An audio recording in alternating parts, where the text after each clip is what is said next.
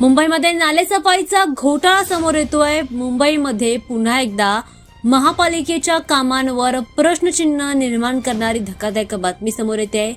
बोरिवलीमध्ये नालेसफाईच्या नावाखाली मोठा घोटाळा होत असल्याचा आरोप करण्यात आलाय।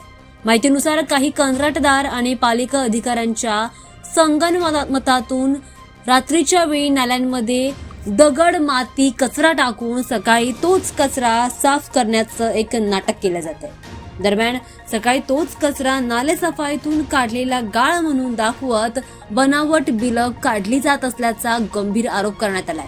ही बातमी ऐकून तुम्हालाही धक्का बसेल, मात्र हा प्रकार बोरिवलीमधून समोर येतोय। बोरिवली पश्चिमेतील गोराई रोड, पु ल देशपांडे गार्डन परिसर आणि लिंक रोड भागामध्ये हा संपूर्ण प्रकार घडत असल्याचं स्थानिकांनी सांगितलंय। या प्रकरणाचा व्हिडिओ सोशल मीडियावर व्हायरल झाल्यानंतर हे प्रकरण जास्तच गंभीर बनलंय। या प्रकरणात आता आमदार संजय उपाध्याय यांनी घटनास्थळी भेट घेत सखोल चौकशीची मागणी देखील केली आहे आणि या घोटाळ्यामध्ये सामील असलेल्या कंत्राटदार आणि अधिकाऱ्यांवर कडक कारवाई करावी अशी मागणी देखील त्यांनी केली आहे। या संपूर्ण प्रकारात कोणकोणते अधिकारी होते यांची सध्या चौकशी सुरू आहे। या प्रकारामुळे खरी नालेसफाई न होता पावसाळ्यामध्ये पाणी साचण्याचा धोका आता वाढू शकतो।